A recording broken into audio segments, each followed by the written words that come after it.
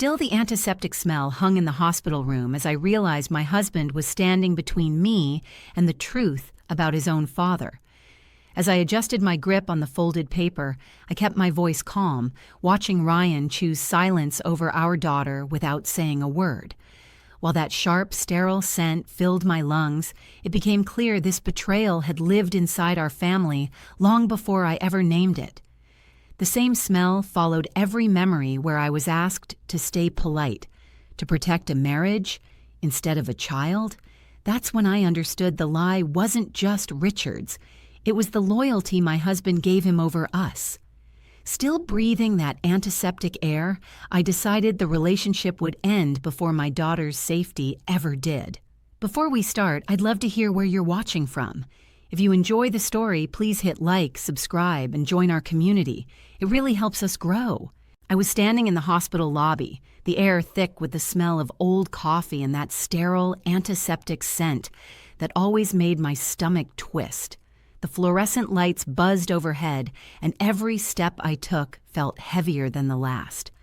Ryan's hand on my shoulder was firm, a reminder to behave, to keep my mouth shut, and to just get through the day. I wasn't sure if he was trying to calm me down or himself, but it didn't matter. He was already losing patience, and I could feel his tension radiating into me like an electric current. I glanced over at Carol as she rushed toward Mia, her heels clicking against the tile floor, a little too loud for a place that was supposed to be calming. Carol's smile stretched across her face, all fake cheer and forced warmth. "Go hug Grandpa, sweetie, he's been asking," she said, her voice way too high-pitched, like she was speaking to a doll instead of a person. Mia froze in place. Carol's eyes widened like she was trying to will Mia into compliance. But Mia didn't move. She didn't even blink. "Go on, honey," Carol coaxed, leaning down, her hand outstretched like she could just grab Mia and make her move. But Mia didn't budge. She only tightened her grip on the sides of my coat, her little fingers digging into the fabric with an intensity that made my heart tighten. Her eyes, wide and dark, were locked on the elevator doors, the way they always were when she was scared. She wasn't just avoiding Carol. She was trying to escape, to find something, anything, that could shield her from the growing pressure in the air. Ryan, standing beside me, let out a nervous laugh that didn't fit the situation at all. "She's shy," he said, looking at me like he was trying to make this into some kind of cute family moment. My jaw tightened. His voice sounded like a dismissal, like Mia's boundaries didn't matter. It was easier for him to label her as shy than acknowledge that she was uncomfortable. Hell, she wasn't just shy, she was scared, and he was too wrapped up in his own discomfort to even notice. Carol's smile faltered, her eyes flashing with irritation. She stood up straighter, her shoulders pulling back in that way she always did when she was about to get pissed off. Her lips pinched together, the edges of her smile curling downward. "Don't start drama in front of everyone," she hissed at me, her voice sharp like a whip cracking in the silence.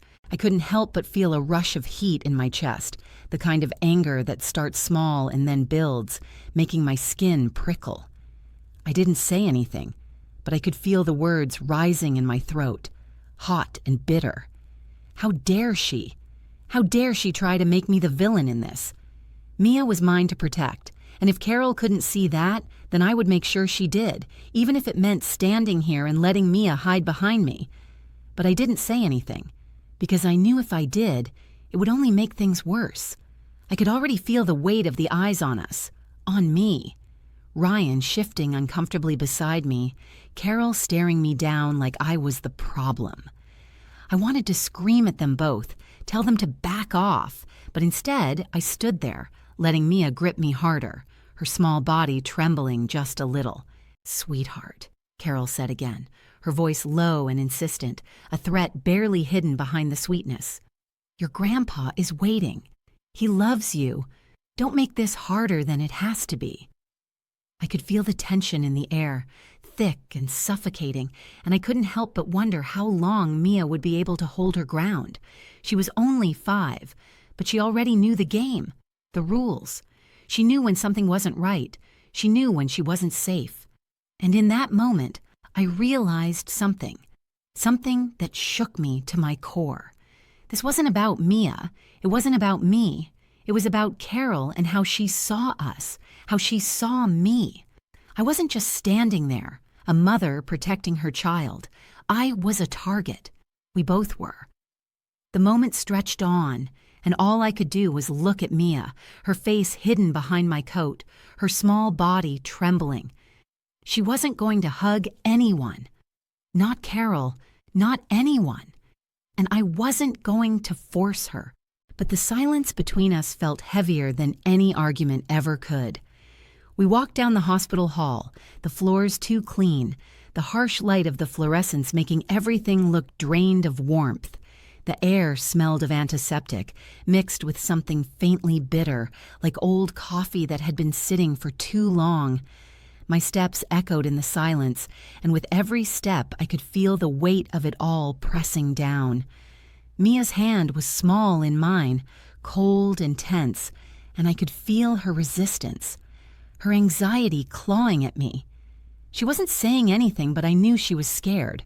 I could see it in her stiff shoulders, the way her eyes darted around as if looking for a way out.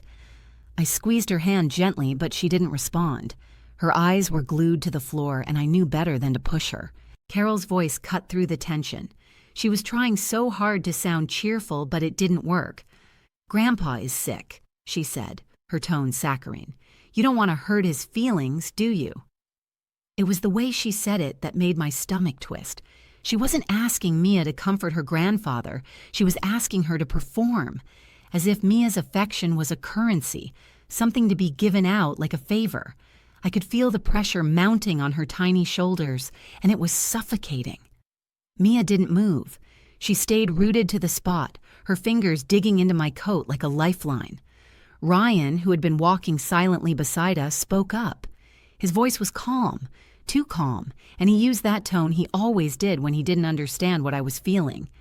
"You're projecting again," he said, like my concern for Mia was just some irrational, overblown response. He said it in front of her, as if my instincts were something to be dismissed, as if I was the one causing the problem. I wanted to say something, to scream that Mia was my child, that I knew when something wasn't right, but instead I bit my tongue. His words stung, and I could feel my anger growing, a slow burn in the pit of my stomach. We reached Richard's room, and the door opened with a soft whoosh. The room felt cold, too cold, and the steady beeping of the machines was unnerving. Richard lay in the bed, smaller than I remembered, his face pale and drawn. The sharp scent of antiseptic mixed with something else, metallic, sterile, hung in the air. When Richard's eyes found Mia, something shifted in his face. He smiled, but it didn't reach his eyes. He stretched his arms out, his voice soft but demanding. "Come here." Mia froze. She didn't move an inch. Her eyes locked onto his, wide and uncertain. I could feel the tension in the room, a thick, uncomfortable pressure that no one seemed to acknowledge. Richard's smile faltered just for a moment, but it was enough to make the air feel colder. He was expecting something, demanding something, and Mia wasn't giving it to him. She stayed behind me, her grip on my hand tightening. I could feel her fear, her small body trembling ever so slightly. But I didn't push her. Today, I understand, that was the moment I started seeing it all for what it was. The manipulation, the control, the lies. I tried to keep my voice steady, calm, even though my heart was racing. "Where did you hear Peanut?" I asked Richard, trying to keep the suspicion out of my tone, but it was impossible. We didn't use that nickname at home, not ever. Mia hated being called anything other than her full name, and I made sure of that. She was my daughter, and I protected her, even from small things that felt off. Richard chuckled, his lips curling into a grin that didn't quite reach his eyes. It was the same smile he always used when he was hiding something. "Oh, you know." "Kids," he said, his eyes sliding over to Ryan like he was sharing some private joke. The way he said it, casual, offhand, made it feel like nothing, but my stomach twisted. But it wasn't nothing, was it? The air in the room felt thicker, heavier now. Carol, standing by the door with her arms crossed, laughed in that too bright way that made me want to cringe. "Elise overthinks everything," she said, as if it were some kind of joke. She said it loud enough for everyone to hear, her voice dripping with something I couldn't quite name. Dismissal, mockery, superiority. As if the instinctive knot in my gut, the one that was telling me something wasn't right, was just a product of my overactive mind. I felt a flush creep up my neck, a mix of anger and embarrassment. My hands clenched into fists at my sides, but I held them there, forcing myself to breathe through it. A nurse who had been quietly adjusting a machine by the bed avoided my gaze, her eyes flitting to the floor like she didn't want to get involved. But I saw her reaction, the way her face softened just a little, the way she looked at me like she understood something I hadn't said yet. Mia, who had been silent this whole time, finally spoke. Her voice was small, barely above a whisper, but it cut through the tension in the room like a knife. "That's what he called me when he picked me up," she said, her eyes focused on the floor, her fingers twisting the hem of her shirt. My heart skipped a beat and I turned to look at her. My little girl standing there, her eyes wide and confused, not fully understanding the weight of what she had just said. Richard had called her Peanut, and the way Mia said it, like it was nothing, like it was a memory she didn't even fully understand, shook me to my core. Ryan's reaction was immediate, sharp. "He's never picked her up," he snapped, his voice louder than it needed to be, too quick. His words were meant to shut it down, to make what Mia had said disappear, but they didn't feel like the firm correction they should have been. No, they sounded more like fear, a crack in his armor, a slip-up. It wasn't certainty in his tone. It was something else, something deeper that I couldn't put my finger on. I looked at Ryan then, really looked at him. The way his jaw clenched, the way his eyes shifted, like he wasn't sure if what Mia said was true or not. His body language was telling me everything I needed to know. He was scared. But why? Mia didn't look up. She was still staring at the floor, her small form shrinking in on itself, like she was trying to make herself invisible. I wanted to reach out and pull her close, to protect her from whatever had just slipped out of her mouth, but I was frozen, caught between the two worlds of what was happening in front of me and what I already knew, deep down in my gut, that I couldn't ignore anymore. Richard's smile faded, and for the first time I saw something real in his eyes. It wasn't the warm, grandfatherly affection he usually wore like a mask. It was something darker, something he thought he had hidden, and I wasn't sure if it was regret or fear or something more. But I did know one thing. The lie had already started to unravel, and there was no way to stop it now. The next morning, I went to Mia's school. I couldn't shake the feeling that something was wrong, that I was missing something important. Ryan insisted on coming with me. "I'll keep things calm," he said, like my anger was the risk, like I was the one making everything difficult. The words stung, but I didn't argue. I needed answers. The front office was too warm, the fluorescent lights buzzing overhead. When we walked in, the receptionist addressed Ryan first, her tone polite but assuming. "How can I help you, sir?" she asked, her eyes barely flicking to me. I could feel the familiar sting of being ignored, of my presence not mattering. Ryan smiled, the charm he always wore when he was trying to smooth things over. "You can talk to her," he said, nodding toward me, like I was the one in charge of this whole thing. His voice carried that "I'm here to keep the peace" tone, but all I could hear was how invisible he made me feel. I ignored him and walked to the counter. "I'd like to see the visitor logs and pickup authorizations," I said, my voice controlled. The receptionist hesitated, her eyes flickering before she slowly printed out a record. She handed it to me, but I saw how she avoided my gaze, like she was afraid of something. I looked down at the paper and my heart stopped. Richard's name was there, twice. Twice on the days Ryan had said he was too busy to pick Mia up. My fingers gripped the paper harder, the edges digging into my skin. Richard had been picking Mia up. He had been there when Ryan wasn't. My stomach twisted. the knot of unease I'd been carrying all along tightening into something darker. "Thank you," I managed, my voice thin as I turned away. I couldn't look at Ryan, couldn't stand to see him try to smooth everything over. I walked quickly down the hall to the counselor's office, my mind racing. When I opened the door, Ms. Hart was sitting at her desk, her face soft with concern. "Elise," she said gently, "come in." I didn't sit. I couldn't. "Has Mia said anything unusual?" I asked, urgency in my voice. "Has she mentioned anything about secrets?" Ms. Hart paused, her eyes searching mine.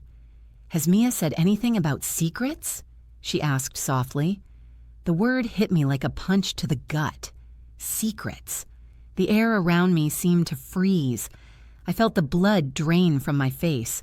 My heart pounded in my chest and I struggled to swallow. What did she mean? Was Mia hiding something? Behind me, Ryan shifted, but I didn't care. All I could focus on was the word secrets echoing in my mind. I couldn't bring myself to say anything, but I knew one thing.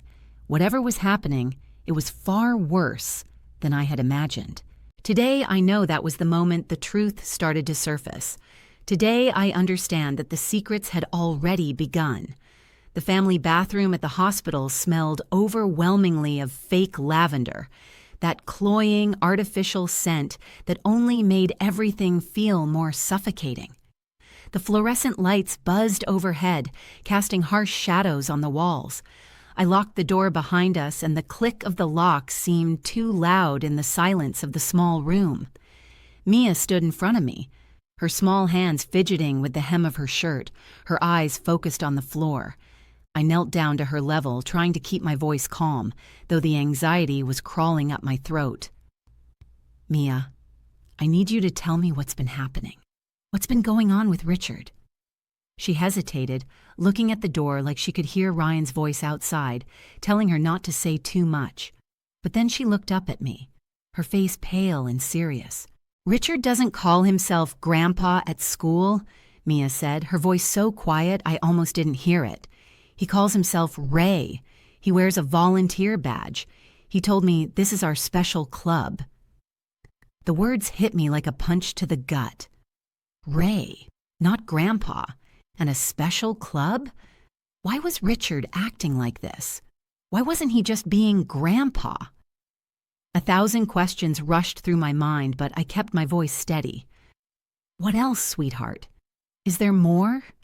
Mia swallowed, her eyes flicking nervously to the floor again. "I saw him once, in a car, with a woman who wasn't Carol." She paused, and I could see the confusion in her eyes, the uncertainty of what she'd witnessed. He said, "I'll bring our girl next time," like he had another family. The blood drained from my face.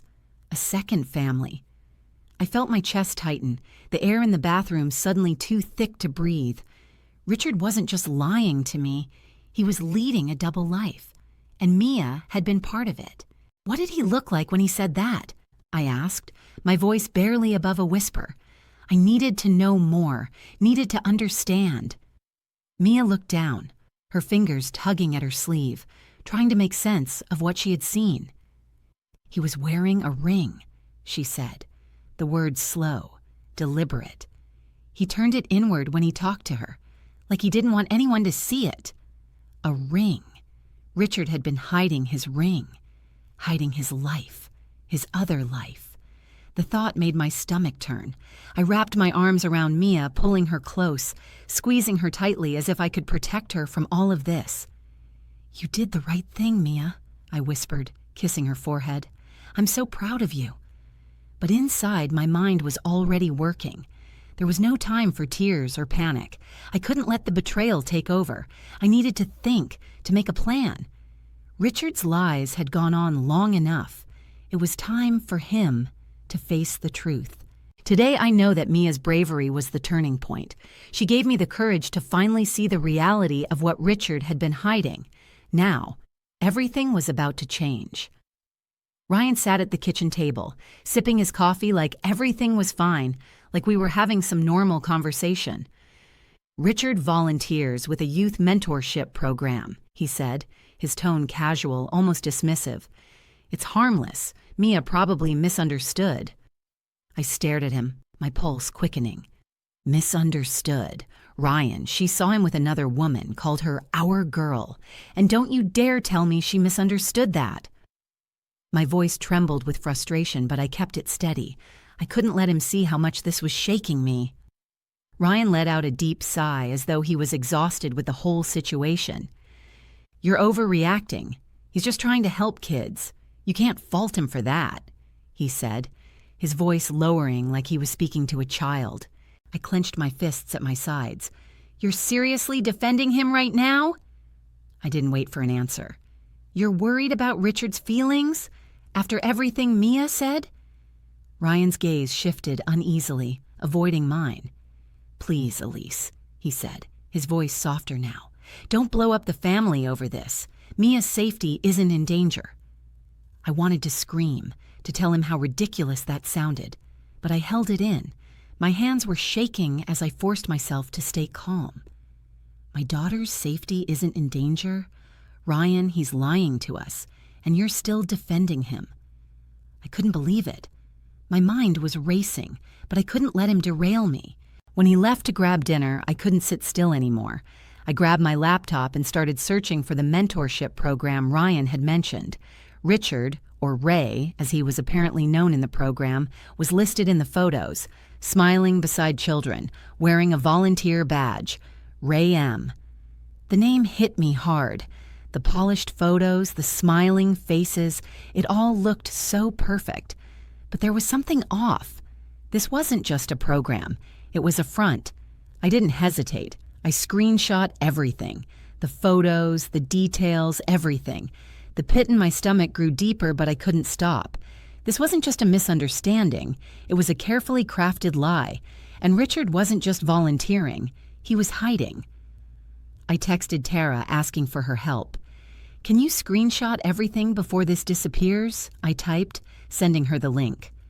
Tara was quick to respond, confirming she had everything I needed. I felt a sense of relief, just for a moment. But it wasn't over. The next step was calling the program office. I posed as a concerned parent asking about Ray M. The coordinator answered hesitantly, almost as though she knew she was saying something she shouldn't.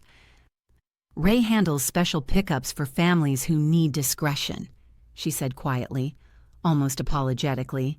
Discretion. A special pickup. The words hit me like a ton of bricks. This wasn't about volunteering. This wasn't about helping kids. This was about control. I hung up the phone, my mind racing. Richard had built an entire life behind our backs, and now I had the proof.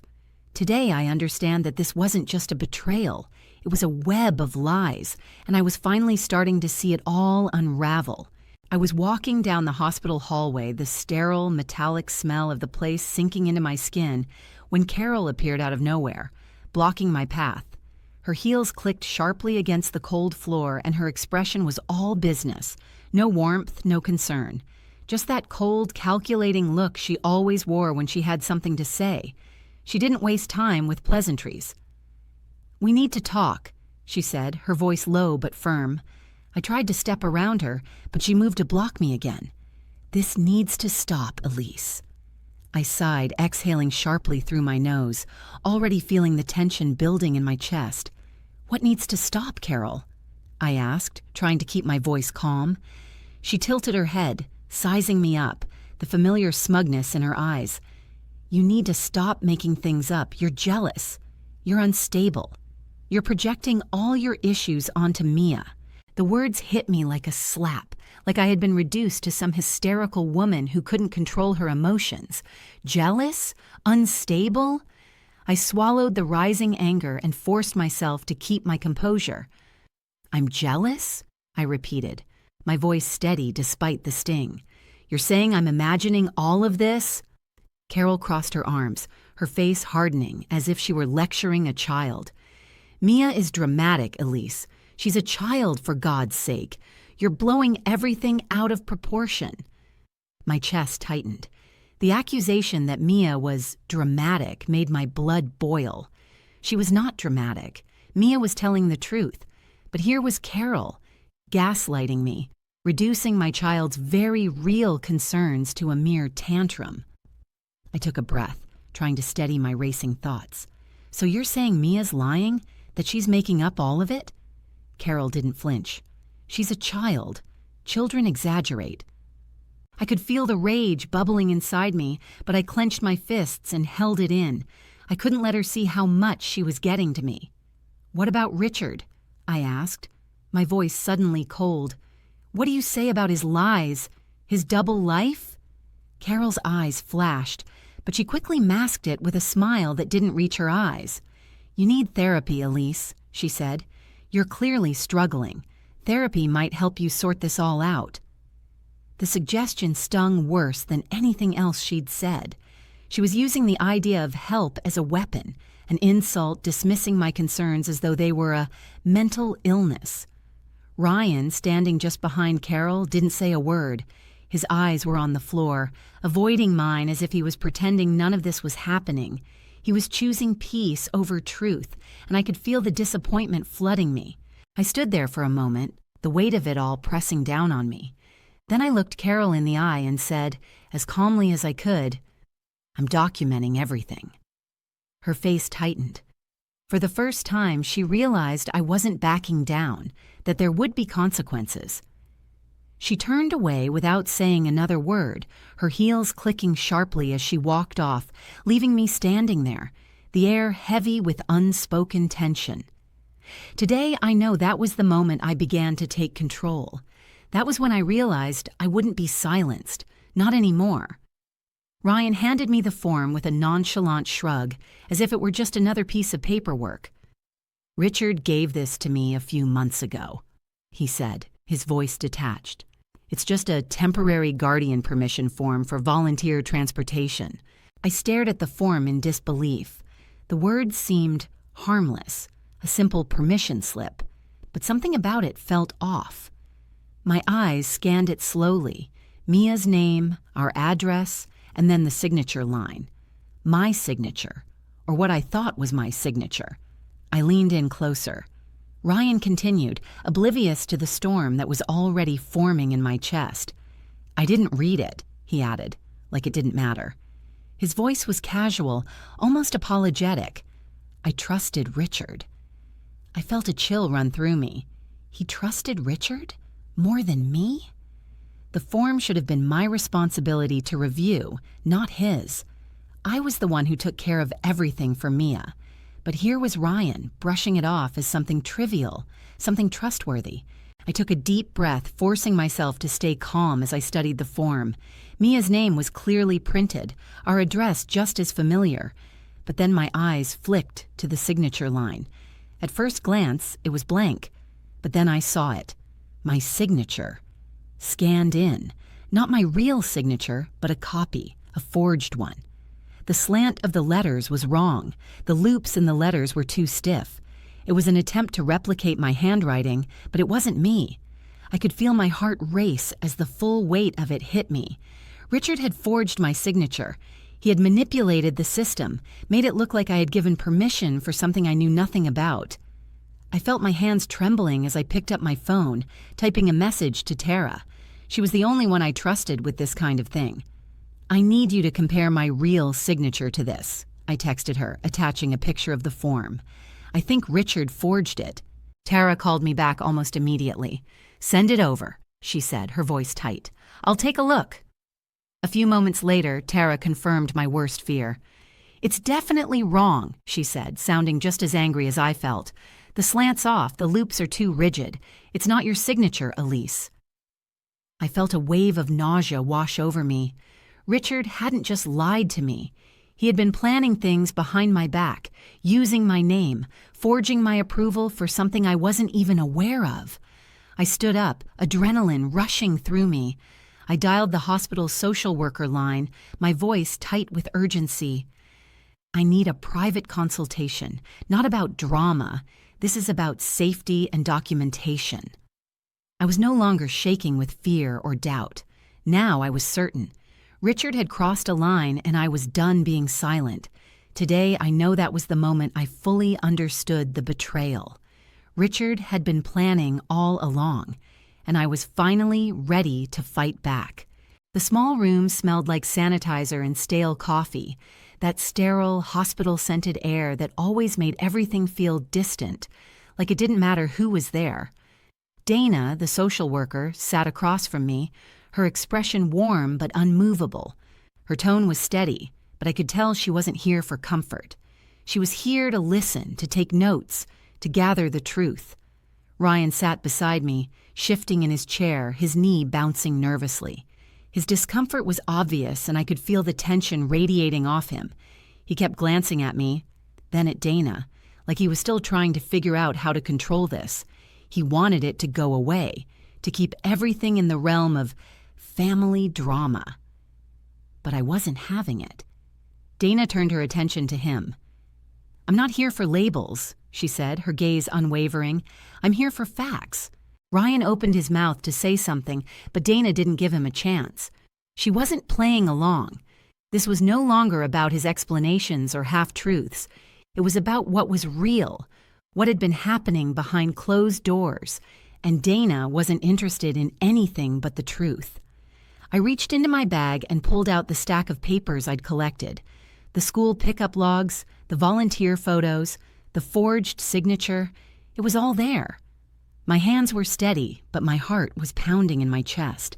I laid everything out in front of Dana, watching as her eyes flicked over the documents, absorbing the information. "Mia has been telling you things about secrecy," Dana said, her voice calm. "What exactly did she say?" I took a breath, steadying myself. "She said she saw Richard with a woman who wasn't Carol. She heard him say, 'I'll bring our girl next time.' She also said he wore a ring that he turned inward when talking to her, like he was hiding something." Dana didn't flinch. She didn't make any judgments. She just listened, nodded slightly, and continued to look at the papers, scanning for details. After a moment of silence, she finally spoke. "I'm going to initiate the hospital's mandated reporting pathway," she said, her voice firm. "We need to follow the proper procedures from here on out. This will be handled by the appropriate channels." A weight lifted off my chest. This wasn't just some emotional discussion anymore. This wasn't about me trying to make a point to Ryan or Carol. This was about taking action, about ensuring Mia's safety, about having a proper, non-leading interview with her. Ryan shifted uncomfortably beside me. He wasn't used to this. He wasn't used to me taking control like this. He expected me to crumble, to get emotional, to give him a reason to dismiss everything. But that wasn't happening. Dana connected me to a child advocacy resource for Mia's interview, and she mentioned that Detective Alvarez would be notified to handle the documentation. I could feel Ryan's confusion, his frustration. This wasn't the path he had expected. He was looking for tears, for breakdowns. Instead, he got process, he got facts, and he got the realization that this wasn't just going to disappear. When the conversation was over, I looked at him. For the first time, he wasn't the one in control. I had taken my power back, and I wasn't letting go. Today, I know that was the moment I stopped being passive. It was the moment I started fighting for what mattered. Ryan stood in front of me, his eyes wide, desperate. The sterile smell of the hospital room seemed to get stronger with every word he spoke. "Please, Elise," he begged, his voice cracking. "Don't involve the police. It will kill Dad. He's lying there, fighting for his life. Think about what this will do to him." My chest tightened, the words stinging more than I wanted to admit. Think about him. How often had I heard that before? How often had I been asked to sacrifice my peace, my trust, for the sake of someone else's comfort?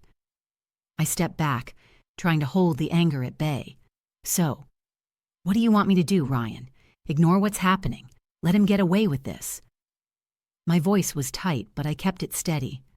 "I'm not protecting him anymore. I'm protecting Mia." Ryan's face twisted with frustration, his eyes darting to the side. "Think about the family's reputation," he added, his voice lowering as if that was the real problem. "We've worked so hard to build something. You don't want to ruin that, do you?" Reputation. The word hit me like a slap.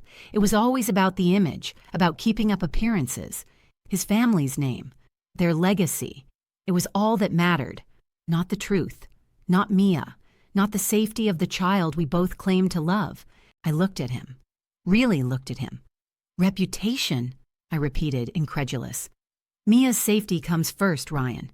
Everything else is secondary. He flinched, his mouth opening and closing as if he had more to say, but couldn't find the words. I could see the wheels turning in his mind. He wanted to keep the peace, to maintain control. He wanted to shield his father, protect his family, all while my daughter's safety hung in the balance. Elise, he said, desperation lacing his tone. We can handle this privately. I'll get us therapy. We can distance ourselves from all this and move forward. You don't need to make this public. We don't need to involve the police. His words felt like a slap. Therapy. Distance. He wasn't talking about accountability. He wasn't talking about the truth. He was offering me a Band-Aid solution for a gaping wound, asking me to ignore what had happened and pretend everything would be okay. That was the moment it hit me. I couldn't stay quiet. I couldn't play along. I couldn't let this continue. Tara, who had been quietly listening from the doorway, stepped forward, her voice calm but firm. "What's your non-negotiable?" she asked, her eyes steady on me. I didn't hesitate. "Mia's safety," I said, my voice clear, unwavering. Tara nodded, her approval silent but there. I turned back to Ryan, and for the first time, I wasn't pleading with him. I wasn't asking for his approval. I was making a decision. I pulled out my phone and dialed Lillian, our family attorney. "Lillian, I need you to help me protect Mia's rights. This has to be done legally and cleanly. We're going forward." Lillian's voice on the other end was steady and reassuring. "I've got you, Elise. I'll make sure Mia's rights are protected." As I hung up, I felt the weight of my decision settle in. I wasn't going to let them control this anymore. Today, I knew I had taken my power back. The interview room smelled faintly of crayons and disinfectant, an odd mix that couldn't quite cover the tension in the air. Soft pastel colors on the walls were meant to soothe, to create a space where kids felt safe enough to speak their truths. But I could feel the weight of it all, the gravity of what we were here to do. Mia sat beside me, her little body stiff, but I could see the quiet determination in her eyes. She wasn't speaking much yet, but I could feel her strength growing piece by piece. The interviewer was gentle, her voice soft and non-threatening. She asked Mia questions in a way that didn't push, didn't rush, letting her take her time. "Mia, can you tell me about the rules Ray gave you?" she asked, her tone warm, patient. Mia hesitated for a moment, then her voice, small and unsure, began to fill the room. "He said I shouldn't tell Mom," Mia whispered, her fingers twisting the hem of her sleeve. "He told me not to say his name." Her eyes flickered toward me, as if to check that I wasn't upset. I forced myself to remain still, to keep the frustration, the rage from spilling over. Mia wasn't lying. Every word was another piece of the puzzle, another detail that I couldn't ignore. The interviewer nodded, writing something down. "Did he tell you anything else?" she asked, keeping her tone light, but I could hear the seriousness in her voice. Mia nodded, her eyes avoiding mine for a moment. "He said I had to smile for the pictures," she added quietly. "I didn't want to, but he made me." Her small voice broke a little at the end of the sentence, but she didn't cry. She didn't falter. It hit me in the gut like a physical blow. This wasn't just about secrets anymore. This was about control, manipulation, and the way Richard, Ray, had twisted Mia's world. She had been forced to smile, to act like everything was okay, while inside she was breaking. The interviewer asked another question, and Mia's voice steadied again. "He had a different phone at school," she said, looking up at the interviewer, then glancing at me. "One that didn't have a picture of Carol on it. He said it was for special calls." Special calls. My mind raced. He was hiding more than I had thought. He was building a world of secrets for Mia, a world where she wasn't allowed to speak the truth, where he made sure she kept quiet about him. about the lies, about everything that had been happening behind my back. The pieces were falling into place. Behind us, Detective Alvarez stood at the door, taking notes, his expression unreadable. He wasn't intervening, wasn't offering reassurance, but his presence was solid, comforting. Lillian sat next to me, her calm demeanor providing a sense of stability as she kept a watchful eye on the proceedings. She was there to ensure everything stayed within the legal boundaries, to protect Mia's testimony from any accidental contamination. Every so often, Lillian would subtly adjust her position, making sure I didn't unintentionally influence Mia's words. There was a part of me that wanted to rush in, to reassure Mia, to hold her hand and tell her everything was going to be okay. But Lillian's presence reminded me that this moment wasn't just about comfort. It was about getting the truth, about protecting Mia's rights, and ensuring that no one could dismiss her story. Mia's words came out slower now, but they were steady, each one carrying more weight than I ever thought possible. As she spoke, I could feel a shift in her. She was brave. She wasn't just repeating facts anymore. She was standing up for herself, for the truth. She wasn't hiding behind his rules anymore. She was telling her story. After a few more questions, the interview came to a close. Mia was quiet, but I could see a shift in her, a slight release of tension. She had done it. She had spoken up, and for the first time I could see the strength in her that I had always known was there. I hugged her tightly as we stood to leave. She was still small, still fragile in so many ways, but I could feel her bravery, her determination to make it through this. And as we walked out of that room, I knew something had changed. Mia had found her voice. Today I know that was the moment Mia took back her power. She had stepped into the truth, and it wasn't just her bravery that carried us, it was hers to own. The hospital staff had begun the process of inventorying Richard's belongings as part of the routine procedure after he'd been admitted. I was sitting in the waiting room, the fluorescent lights buzzing above me, a dull hum that seemed to vibrate through my skull. The air smelled like antiseptic, sterile and lifeless, but my mind was far from calm. I had just received the call that they'd found something in his things, and now it was time for everything to finally be laid bare. I sat in the chair, clutching my phone, feeling my pulse race with anticipation, when the nurse entered. She handed me a small list of items they'd taken from Richard's room, a wallet, keys, and a phone labeled under Ray. The name hit me like a slap. Ray, not Richard, not Grandpa. I felt my stomach churn as the weight of it settled in. I had suspected for so long that there was something hidden behind the name Richard had used, but seeing it in black and white, right in front of me, made it feel so much more real. This wasn't just about some affair. This was about an entirely separate life that he had been leading, and it was now crashing down around us. As I sat there, stunned, Carol appeared in the doorway wearing that smile of hers, the one she always used when she wanted to shut me down to make me feel small, like I was overreacting. She didn't even look at the list as she walked in, but immediately began to speak. "It's just a phone for charity work," she said, her voice too high, too bright. "You know, Ray's been doing a lot of good for the community, volunteering with kids." Her laugh was so fake, it practically reeked of desperation. Charity work? That's how she thought she could dismiss everything? Her words felt like a slap to my face. I wanted to scream, to tell her that none of this was innocent, that Ray was anything but a harmless volunteer. But Carol wasn't listening. She never did. I took a deep breath, forcing myself to stay calm. This wasn't about her. This was about Richard, about Mia, about protecting the truth. I turned to her, holding up the list of items, my voice steady. "I want that phone. I want everything that's on it."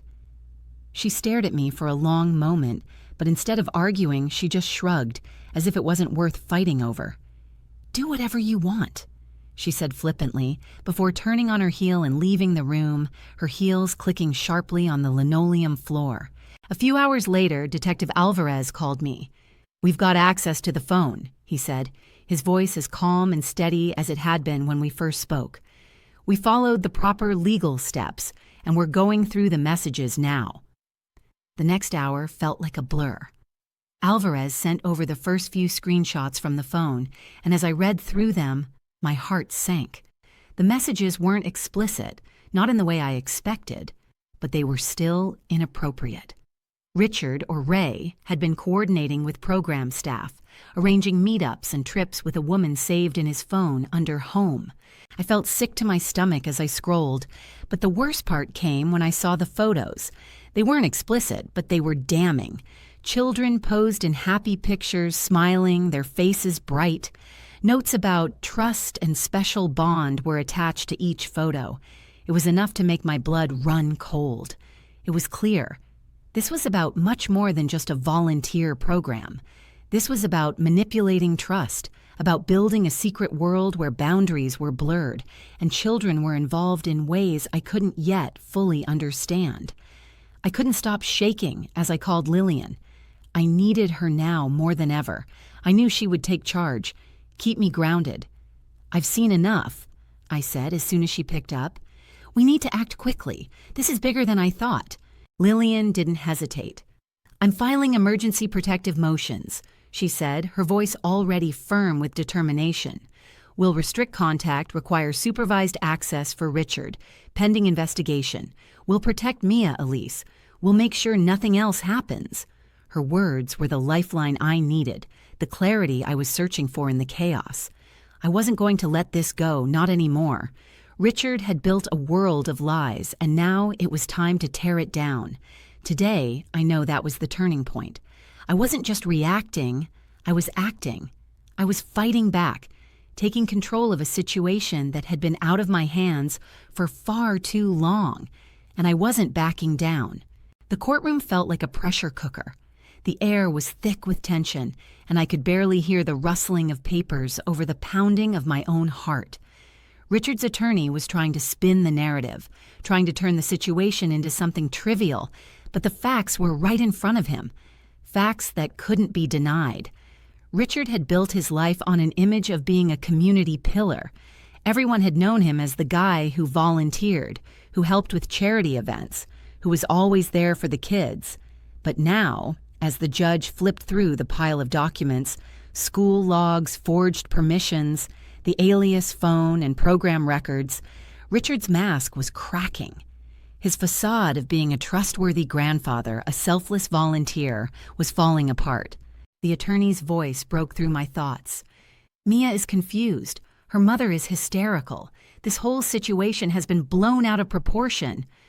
He tried to dismiss it all, to make Mia's words seem like nothing more than the ramblings of a child. I wanted to shout to call him out, but I didn't. I stayed quiet. The judge wasn't listening to his performance. He was reading the facts, and the facts were damning. The judge's voice was firm as he addressed the room. "The court will be implementing strict no-contact provisions," he said, his gaze shifting between Richard and me. "There will be a formal inquiry into the non-profit's oversight of Richard's activities." I felt a flicker of satisfaction. For the first time, Richard was being held accountable, and it was happening right in front of him. The non-profit immediately suspended his affiliation, the very thing he had relied on to maintain his clean, respectable image. But then, the biggest shock came. The woman saved as Home in Richard's phone. The court revealed that she wasn't just some casual acquaintance. She was part of a second life he had been living. Shared address, shared expenses, a shared story that he had kept hidden. Richard's face turned pale as the truth came out. He was exposed, and I could see the panic in his eyes. Carol, who had been sitting beside him, trying to maintain her composure, looked away, the silence in the room deafening. Her social circle, the people who had applauded Richard for years, were now seeing him for what he truly was. It wasn't just Richard who faced consequences. Ryan, who had stood by my side through all of this, wasn't spared either. The judge turned to him, his voice steady. "Mr. Ryan, your failure to verify important details has led to missteps. You will be required to complete co-parenting safeguards and transparency measures." I could see the shock in Ryan's eyes as the words sank in. I didn't read it wasn't a good enough excuse anymore. There were no more second chances, no more playing it safe. The truth had spoken, and now everything had to change. As we walked out of the courtroom, I could feel a shift in the air. Carol's silence was louder than any words. The people who had once praised Richard now had to reckon with the truth, and I had the receipts to prove it. Today, I know that was the moment everything shifted. Richard's carefully built world came crashing down, and for once, I didn't have to apologize for demanding the truth. The new place smelled like fresh paint and clean laundry, the air sharp with the scent of something untouched, something new. The walls were still bare, the floors still unfamiliar beneath my feet, but the silence was different here. It wasn't oppressive. It didn't make my skin crawl like it had in the house we left behind. It felt like a gift, like a pause, like I could finally hear my own thoughts without the weight of everything else pressing down. Mia was already adjusting to the space, her little hands running along the edges of the furniture as she explored, her eyes wide with curiosity. She seemed at ease, like she could breathe a little deeper here, just like I could. The world outside felt distant, muffled, like it didn't reach us here in this place that was ours, and only ours. I could still feel the sting of everything that had come before, but it was quieter now. I had stopped looking over my shoulder, stopped waiting for the next thing to unravel. Then came the texts. They started almost immediately after we'd moved in, like people had been waiting for us to settle before they began their attempts to pull me back into their drama. Family members, people who should have known better, texted, one after the other. "Think of Carol," one said.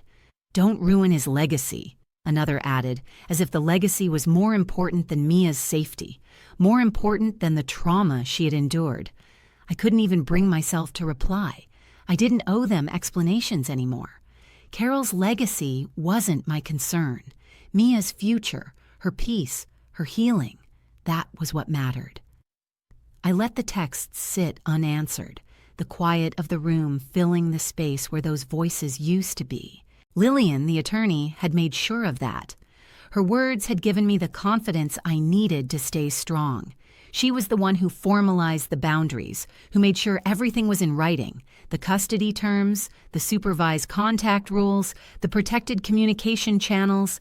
Every single aspect of our new life was laid out with precision, legally binding.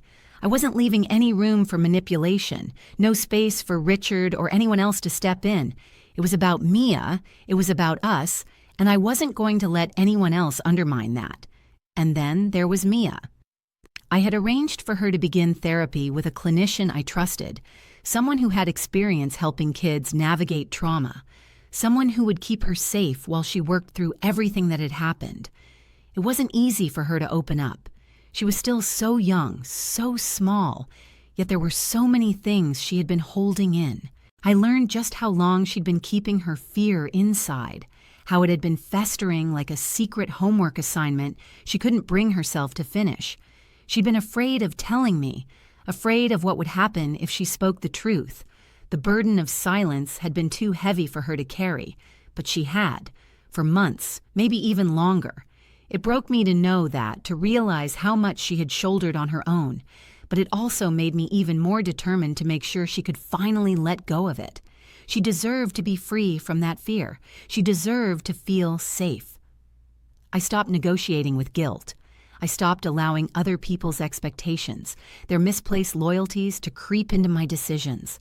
I stopped feeling like I had to explain myself to anyone. The only thing I needed to answer to now was truth and safety. Those were the only things that mattered. The world around me had shifted, and I wasn't looking back. I had created a space where Mia could heal, where we could rebuild our lives without the constant reminder of what had happened. I wasn't going to let anyone pull us back into the chaos. The silence felt like a relief, and I was finally ready to embrace it fully. Today, I know that was the moment I stopped apologizing for choosing peace. It was the moment I realized that creating safety for Mia and for myself was the only thing that would ever matter. The legal process settled into clean outcomes. There were protective orders in place, documented findings and consequences that were rooted in procedure, not drama. For the first time in what felt like forever, everything was being handled the way it should have been from the beginning. No more confusion, no more uncertainty, just facts, just the truth. As I sat in the quiet of my new home, reviewing the paperwork, I couldn't help but reflect on everything that had led up to this moment. How many times had I been told to be polite, to keep the peace, to not assume? Those words had echoed through my life, especially when I was around Richard's side of the family. Every little effort to keep things calm, to smooth over the mess, had only ever served to silence me, to make me feel like my instincts, my truth, were something to be ignored. I remembered the countless times I had been told that my feelings were too much, that I was overreacting, that I should let it go for the sake of peace. But now, looking at the evidence, the facts that were staring back at me, I saw how politeness had been used as a cage. It had kept me small. It had kept me silent. And for the first time, I understood how important it was to break free from that. I wasn't going to play along anymore. I wasn't going to pretend that everything was okay just for the sake of someone else's comfort. Ryan learned that lesson the hard way. He'd always tried to maintain some sort of neutrality, sitting on the sidelines and avoiding conflict, convincing himself that it was the right thing to do. But neutrality hadn't protected me. It hadn't protected Mia.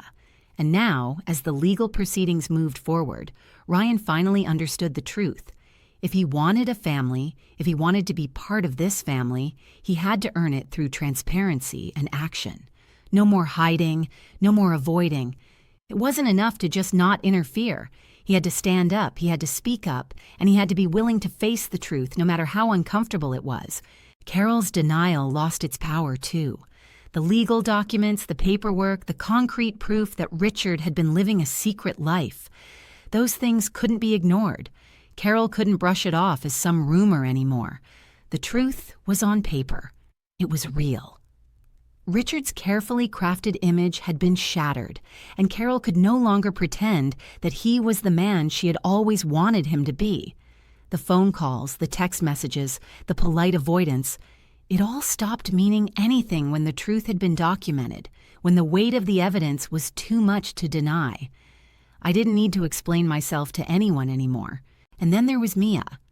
The more I thought about it, the clearer it became. I had always known she was brave, but I didn't realize just how much she had been carrying. I had spent so long trying to protect her, trying to shield her from the truth, but in the end, it was her who had refused to carry the burden of the lie. Her no had been so much more than just a rejection of Richard's forced affection. It had been her refusal to carry a secret that never belonged to her.